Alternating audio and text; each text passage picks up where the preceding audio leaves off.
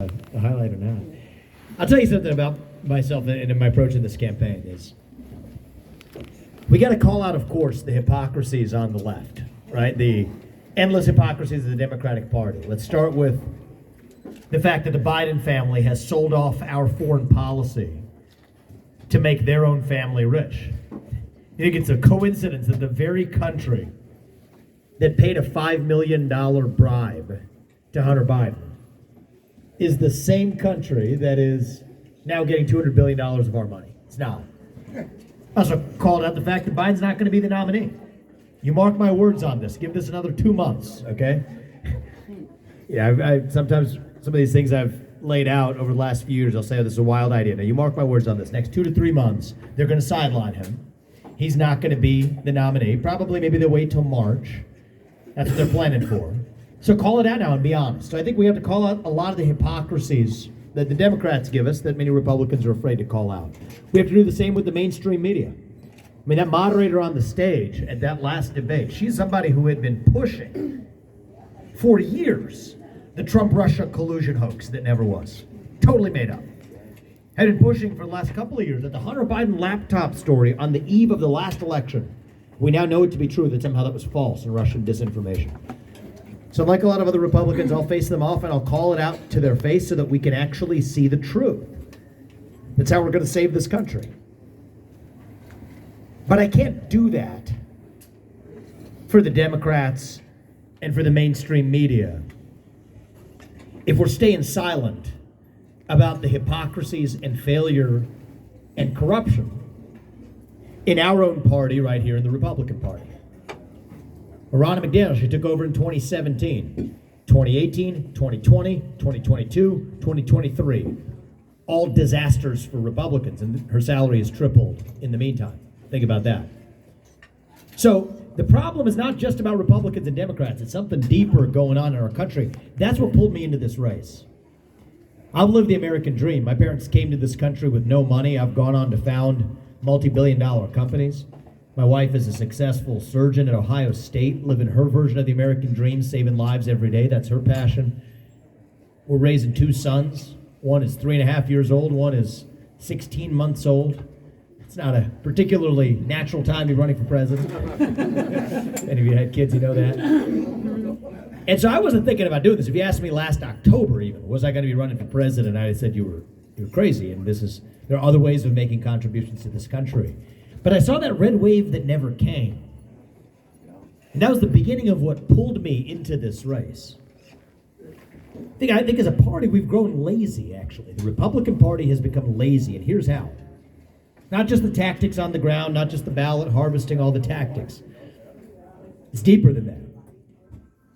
We've become lazy by just criticizing what the other side puts up. The other side will give us a toxic vision, right? And I'm a young person, I can tell you, my generation, we're starved for purpose and meaning. We don't have faith, we don't have patriotism, we don't have hard work, we don't have family. We don't value those things in the same way. So we latch on to what the left serves up. So what do they put in that vacuum? Race, gender, sexuality, climate. Okay? And we've grown lazy to just criticize that vision. I've done plenty of this myself. We need to now level up and offer a vision of our own. Individual, family, nation, God. That beats race, gender, sexuality, and climate if we have the courage to actually stand for something. For something. See, for a long time, we, the Republican Party, we've been running from something. Now is our moment to start running to something. To our vision of what it means to be an American today. What does it mean to be an American? I'm a America First conservative. I don't apologize for that. But to put this country first, we now have to rediscover what this country is. What does it mean to be a citizen of this nation? What does it mean to be an American? It means we believe in the ideals of 1776. Ideals like meritocracy and the pursuit of excellence, that you do get ahead in this country, not on the color of your skin, but on the content of your character and your contributions. That's why I've said that I'm going to end racial and gender quota systems in every area of American life. It's been a cancer on our national soul, and we are done with it. What does it mean to be American? It means we believe in the rule of law. And I say this as the kid of legal immigrants to this country. That means your first act of entering this country cannot break the law. That is why I've said I will use our own military to secure our own southern border and our northern border too. That's what it means to stand for the rule of law in the United States of America. It means we believe the people we elect to run the government ought to be the ones who actually run the government. Not the deep state and the shadow government of the three-letter agencies that are running the show today. 75% reduction in the number of federal bureaucrats. That's how you drain the swamp. You really want to do it. If I can't work for you all for more than 8 years as your next president, then neither should any of those federal bureaucrats reporting into me either. 8-year term limits for the bureaucracy instead of civil service protections. That's how you drain the swamp. Rescind a majority of those unconstitutional federal regulations that Congress never had the authority, or never did actually choose, to pass in the first place. So we can drill, frack, burn coal, embrace nuclear energy, unlock this country's spirit and our economy along with it. What does it mean to be American? It means every citizen's voice and vote counts equally in our constitutional republic. That means we need elections we can trust, that we can believe in. Single day voting on election day as a national holiday, paper ballots, government-issued voter ID to match the voter file. That's not controversial, that's common sense. These aren't black ideas or white ideas, guys. These aren't even Democrat ideas or Republican ideas, not really. They are fundamentally American ideals that we fought a revolution to secure in this country 250 years ago. I believe those ideals still exist. I'm running for president to revive them. But I'll tell you what happened in our generation. I'm 38 years old. I'm the youngest person ever to run for U.S. president as a Republican. And sometimes I think it does take, in times of revival, in times of revolution, it takes somebody from the next generation to get the job done. Thomas Jefferson was 33 years old when he wrote the Declaration of Independence. But I'll tell you, in our generation, what happened? We were taught to celebrate our diversity and our differences so much that we forgot all of the ways we're really the same as Americans, bound by that common set of ideals. And here's how we're going to get them back. You know, the best measure of the health of our country, it's not the number of green pieces of paper in our bank account. It's not the number of ballots we cast every November. The best measure of our country's health is the percentage of people who feel free to say what they actually think in public. So here's how we get our country back. It's this. It's all of us, not just me, all of us starting to speak the truth in the open again. Speak the truth, not just when it's easy, but when it's hard. Speak the truth, not just to the other side, but to our own side. Speak the truth with a spine, with conviction, with respect. But part of respect is that you respect your neighbor enough to tell him what you actually think. That is what this campaign is about. Speaking that truth without apology. That's what we're doing every day. That's what we're doing today. Speak the truth. God is real. There are two genders. Fossil fuels are a requirement for human prosperity. Reverse racism is racism. An open border is not a border. Parents determine the education of their children. The nuclear family is still the greatest form of governance known to mankind. Capitalism is still the best system known to man to lift us up from poverty. There are 3 branches of government in the United States, not 4. And the U.S. Constitution, it is the strongest and greatest guarantor of freedom in human history. That is the truth. We fight for the truth. We stand up for the truth. That is what won us the American Revolution. That is what reunited us after the Civil War. That is what won us 2 world wars and the Cold War. That is what still gives hope to the free world. And if we can revive that dream over group identity and victimhood and grievance, then nobody in the world, not a nation, not a corporation, not a virus, not China, is going to defeat us. That is what American exceptionalism is all about, and that is what we're going to revive to save this great country. Thank you for coming out, guys. We're not going to stop till we get the job done. We're just getting warmed up. I want to practice what we preach. Open this up. Have a conversation. For those of you out there, actually, this is my team here. Maybe we can make a couple of seats available to you guys. Caroline, could you maybe even bring a couple more in so they're able to sit down? Yeah, you guys are welcome in here if you'd like to join us. So thank you. Thank you very much. Include everybody. Let's start a conversation. So I want you to open this up. It's a small enough room, but if you need the microphone, I'll give it to you. Anybody have any questions about my foreign policy? It's a question that we get. We're approaching World War III, I worry about. Domestic policy, faith, family. It's all fair game. I'm asking you to sit me across the table from Xi Jinping to represent this country.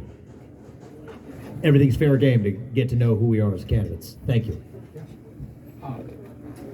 So when you're talking, obviously your message is truth. What about the anti-truth people?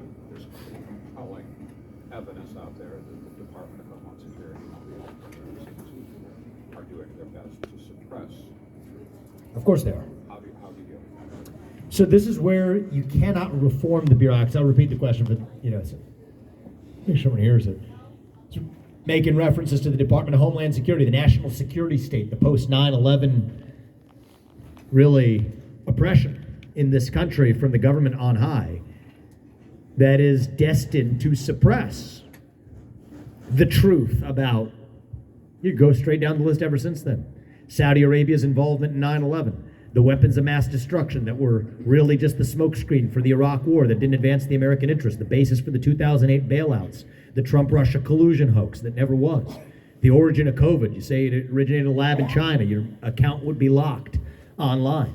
The Hunter Biden laptop story, the Nashville transgender shooter manifesto, how our money's being spent in Ukraine. Now we see the truth about what happened on January 6th. I mean, keep on going. We have a government that has systematically lied to its people. Here's the answer. You cannot reform it. That's a myth. People who come here and tell you that we're going to reform it, it's a lie. I don't think that some of them are intentionally lying to you. They're lying to themselves. So you have different Republicans. This is what the Republican Party will approve of us saying. They'll say, I'll fire Christopher Wray. That's within the bounds of what you're allowed to say. He's the director of the FBI right now. Well, I mean, that's just, but it's like an 8-headed hydra. You cut off the head, it's just going to grow back. We got 8-headed monster. You get fire Christopher Wray, you get James Comey 2.0. Right? So we're fooling ourselves if we think that gets the job done. So all the Republicans, probably not all of them, but at least even the decent ones will say something like, fire Christopher Wray, and we'll say it with different levels of practiced outrage to try to convince you that that's the best person to do the job. It doesn't fix the problem. You got to be willing to get in there and actually shut the thing down, actually. It's the failed Bureau of Investigation. Let's start with that one. So I'm going to shut down the FBI. That scares a lot of people. Does that mean you're going to be against federal law enforcement? No. You got it mixed up. It's the failed Bureau of Investigation. That's really what it's become. 35,000, and for me, all this is really specific. Let's roll our sleeves up and get into the details. 35,000 employees at the FBI.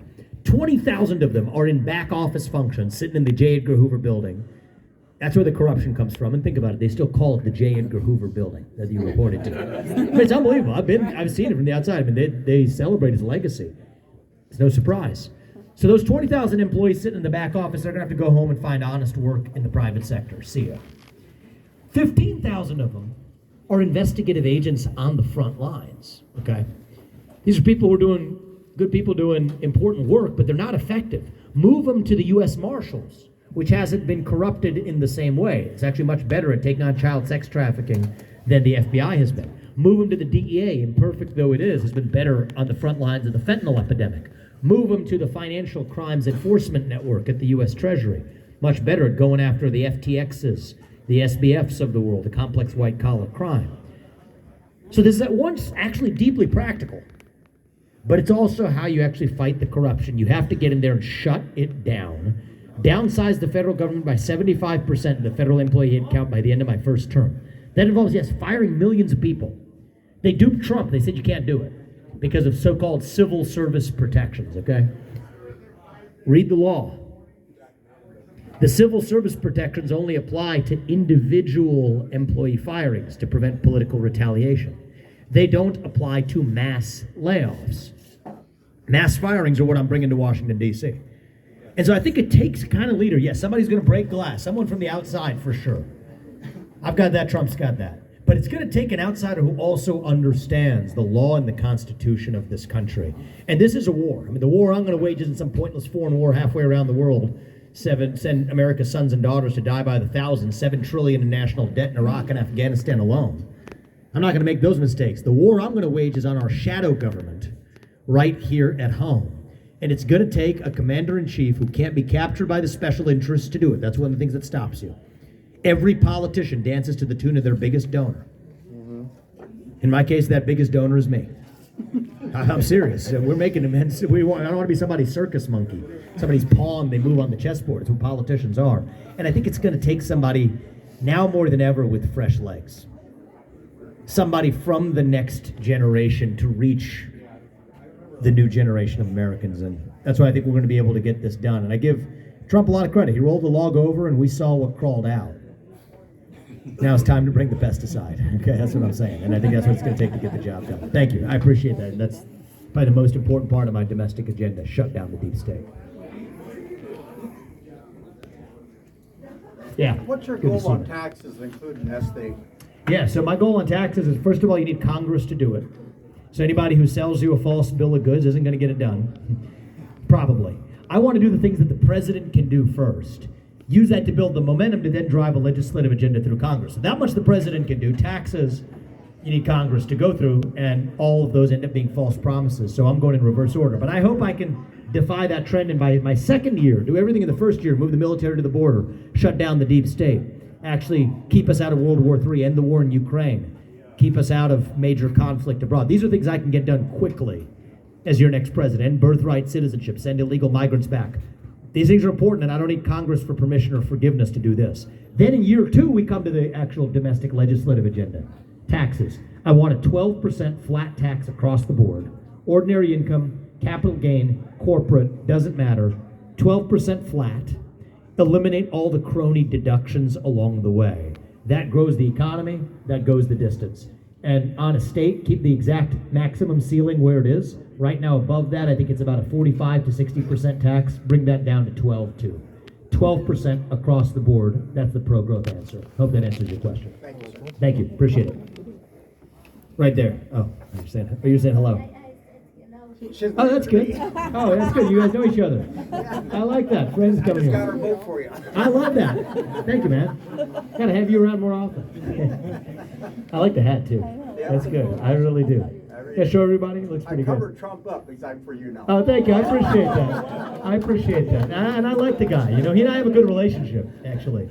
We've spoken a few times over this, and we knew each other for a long time before. And what irritates the heck out of me is, you know, the other candidates in this race, these people have been licking his boot for the last 5 years for like endorsements and money. Now they're Monday morning quarterbacking some small thing he said because they think it's to their political advantage. I'm the opposite. I haven't been licking his boot. I haven't even been in politics. I've been building businesses.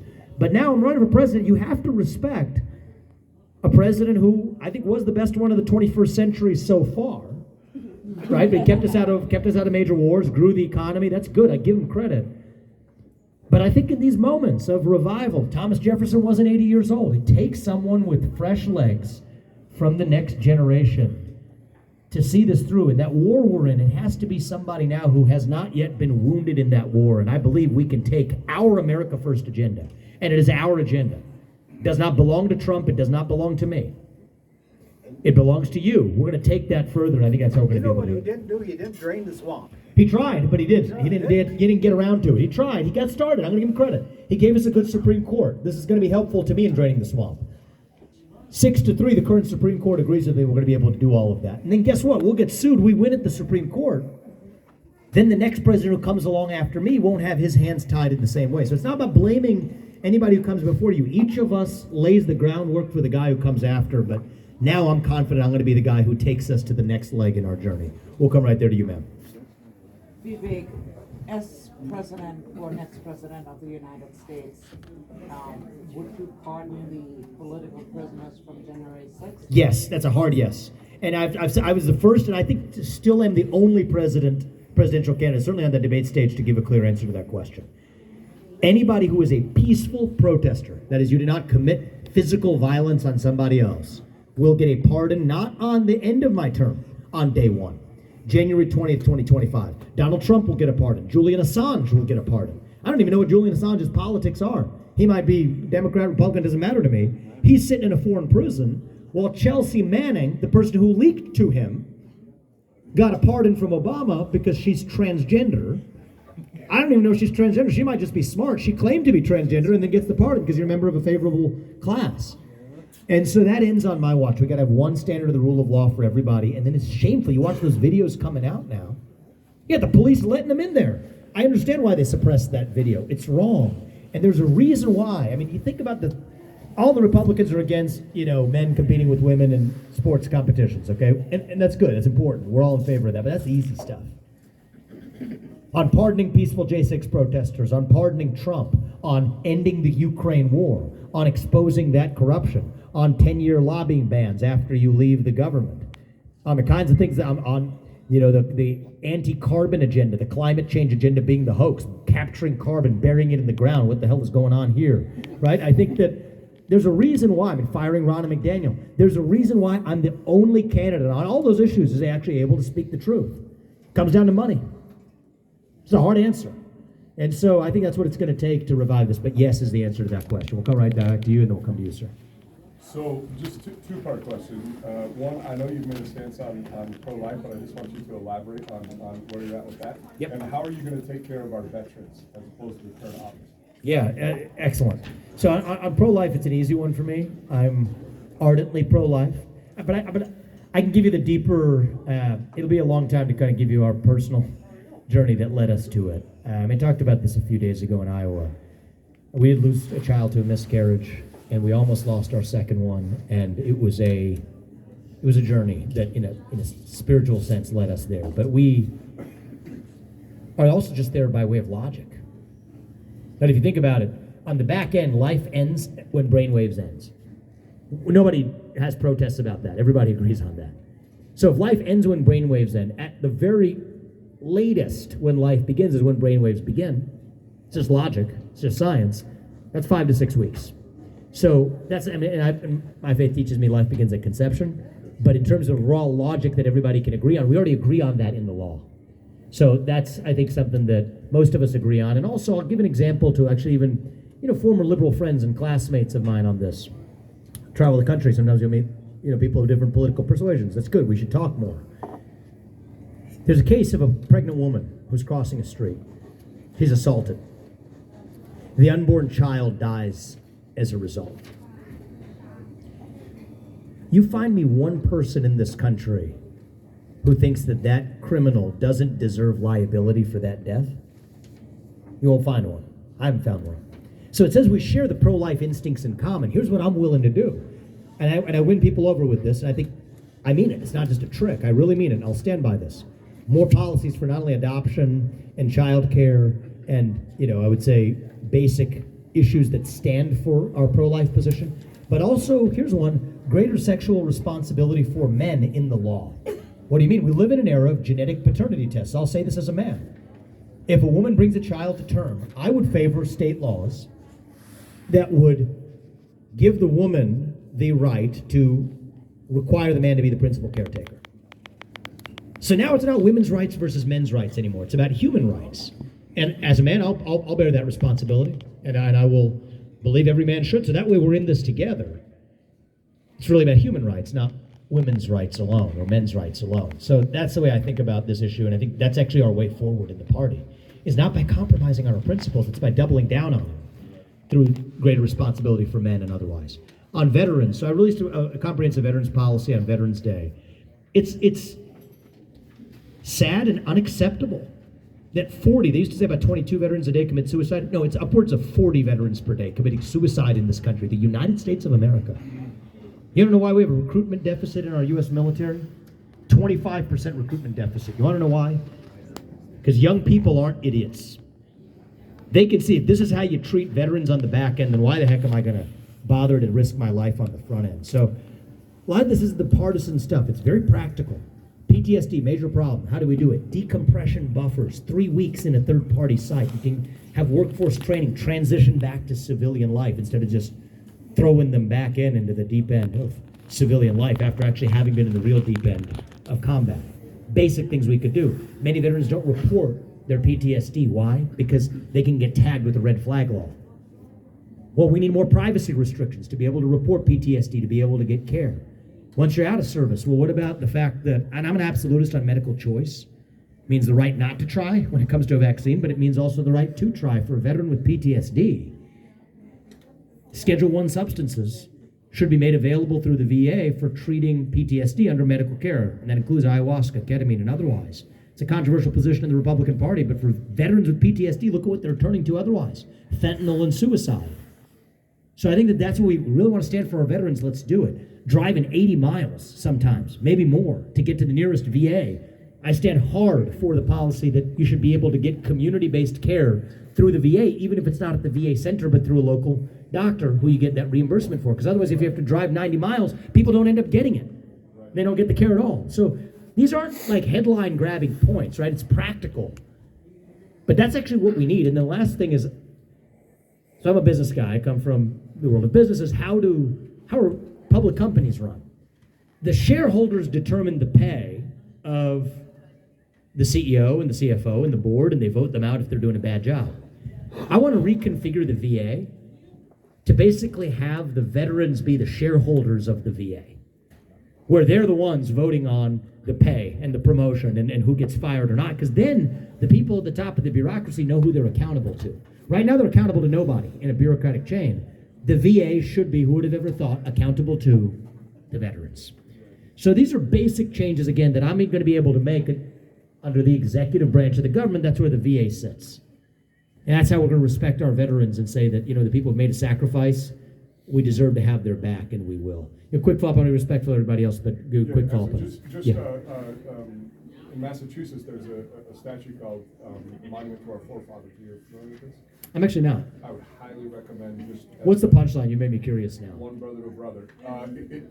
It would embody everything that Reagan was and is and what this country was founded on. Love it. Can we Monument what is it called? Monument to Our Forefathers in Massachusetts. We can do that. It is literally your platform for that, and it's the reason that I switched from whom I was interested in to you.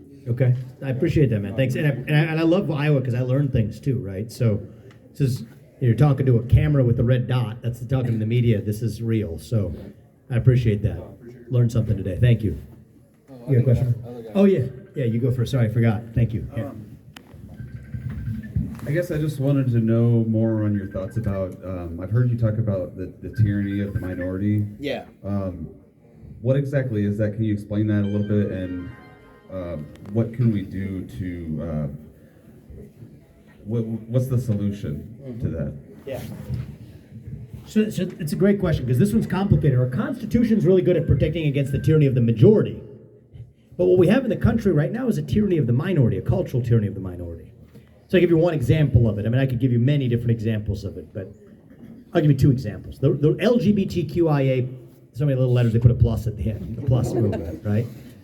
It doesn't make sense, really, that the sex of the person you're attracted to is hardwired on the day you're born, but your own biological sex is totally fluid over the course of your life, right? You can't believe these two things at once. But unless you believe those two things at once, you're transphobic, homophobic, a bigot, or both, right? And it's not just that somebody calls you that. If you're on the Southern Poverty Law Centers, let's say a religious institution, and the SPLC, the Southern Poverty Law Center, the biggest misnomer for a nonprofit ever, puts you on their list of hate groups because you don't believe in that orthodoxy, then you may not be able to get a loan from a bank or from a financial institution. That's a form of tyranny, using the financial system through the back door to advance a fringe minority's cultural view. So that's what I mean by tyranny of the minority. Another one is climate agenda. the same people who are against putting carbon dioxide in the atmosphere in the United States are perfectly fine with shifting those same carbon emissions to places like China in the name of stopping global warming. It's interesting how that works, huh? The same people who are against carbon emissions in the US are also the ones who are most opposed to nuclear energy, which is the greatest form of carbon-free energy production known to man. So the climate agenda actually has nothing to do with the climate. It's a tyranny of this fringe minority, but that has used the financial system, in this case the regulations in the deep state that were never passed through Congress, to restrict drilling, fracking, and other forms of energy production in the United States. So that's what I mean by it. What's to be done by it? Well, there's two levels here. One is policy. It's going to take a U.S. president to just gut that bureaucracy, right? Because the reason they're able to do it is they're not doing it through Congress. They're using it, unelected bureaucrats, to do it. Those unelected bureaucrats will report to me if you all hire me for the job I'm interviewing with you for, okay? And so I know that if somebody works for you and you can't fire them, that means they don't work for you. It means you work for them. So gutting that bureaucracy addresses a lot of this. But there's something deeper going on, is it takes two to tango here. I'll tell you what I mean by that. It's actually an analogy from the book of Exodus I'll use here. When the Israelites escape from the Pharaoh, they're lost, wandering in the desert, yet to find the promised land. What do they say? We want to go back and be ruled by the Pharaoh, right? That like the Pharaoh soundtrack. Just kidding. So that's kind of what's going on here. Is we're lost, and so we got a generation that's going to bend the knee to this new cult, LGBTQIA plus cult, racial wokeism cult. A little bit of you got that going on. A little bit of that with Ukraine right now. You've got that with the climate cult. That's what's going on. So the real answer to the tyranny of the minority is it only works if the majority is willing to bend the knee. And we have to look inside and ask ourselves, what is it that makes us want to bend the knee? An old expression goes, if you have a hole the size of God in your heart and God does not fill it, something else will instead. Right? You don't pledge allegiance to that flag. You'll quite literally pledge allegiance to a different flag instead. They have the transgender flag. It literally embodies like a different flag. And so that's the deeper answer. And that's half the job of the U.S. president. Half is policy. But the other half of the job is reviving our national character. It's what Reagan said in his farewell speech in 1989. The one thing he picked that he was most proud of everything Reagan could have picked, was reviving our national character. And I say this as the dad of two sons. I want you guys to hold me to a high standard when I'm in that office. It's been a long time since we've had a president who we can look our kids in the eye and tell them in good conscience, at least for me it's been, where I could tell them in good faith that I want you to grow up and be like him, whoever that is. That's a high standard. That's the standard I want you to hold us to. That's the standard Apurva and I, my wife and I, we will be holding ourselves to.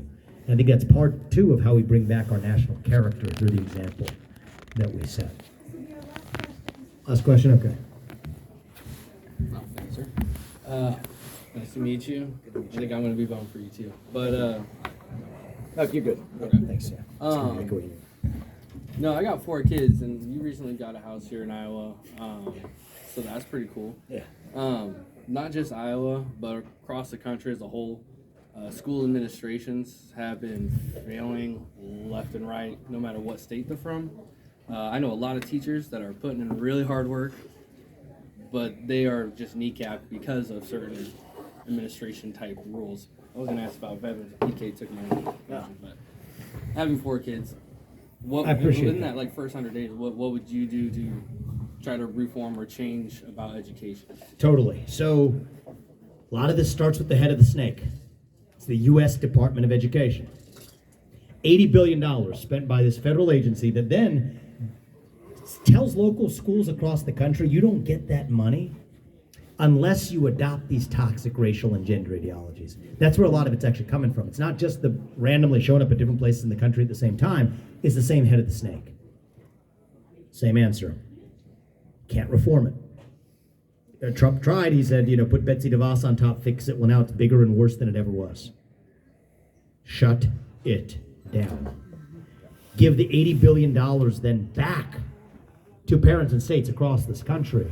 Now you get to choose where you send your kids to school. There's good evidence that the public schools in areas with school choice perform better as public schools when they have their feet held to the fire. Get rid of the teachers' unions that are shackling public schools but leave private schools and charter schools untouched. All right, if you're going to teach it in the classroom, put it on the internet. If you don't want to put it on the internet, you probably shouldn't be teaching it in the classroom. So now you got true transparency, you've got choice. Now we're talking about actual revival of civic education in this country. So I think every high school senior who graduates from high school should have to pass the same civics test that every immigrant has to pass to become a voting citizen of this country. You got to have skin in the game. You got to know something about a country to value that country. So I think it's not as hard as we make it out to be. Well, it's not complicated in that it's simple, but it's hard in that it's not easy because it takes someone with a spine to see that through, and that's what pulls me into this. Closing this and talking about the next generation, it's probably the most important one. A crisis of national pride in our country. 25% recruitment deficit in the U.S. military, I talked about that. Well, let's go one level deeper. 60% of Gen Z says they would sooner give up their right to vote than to give up their access to TikTok. I'm not making that up. I believe it. I mean, this is hard data on this. So this is the stuff of a national decline, okay? I mean, it hurts. It hurts to see that.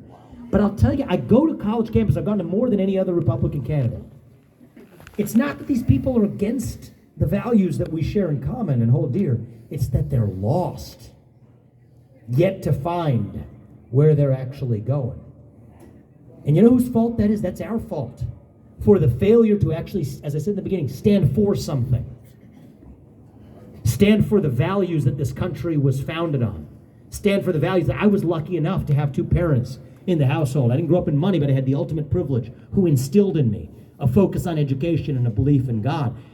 I want every kid in this country to at least have the chance to live that same American dream, starting in the household. And so, yes, you look around today, you see a nation in decline. The parallels to ancient Rome are striking, actually. They devalued the denarius, the amount of silver in the denarius. You had inflation. Bread and circuses. Today you got identity politics and printing money, focusing more on the periphery than right there at home, what was happening in their own nation. Striking, but I don't think we have to be Rome. I don't think we have to be that nation in decline. I think our nation is actually just a little young. Like your kids, like my kids. Going through our own version of adolescence. Figuring out who we're going to be when we grow up.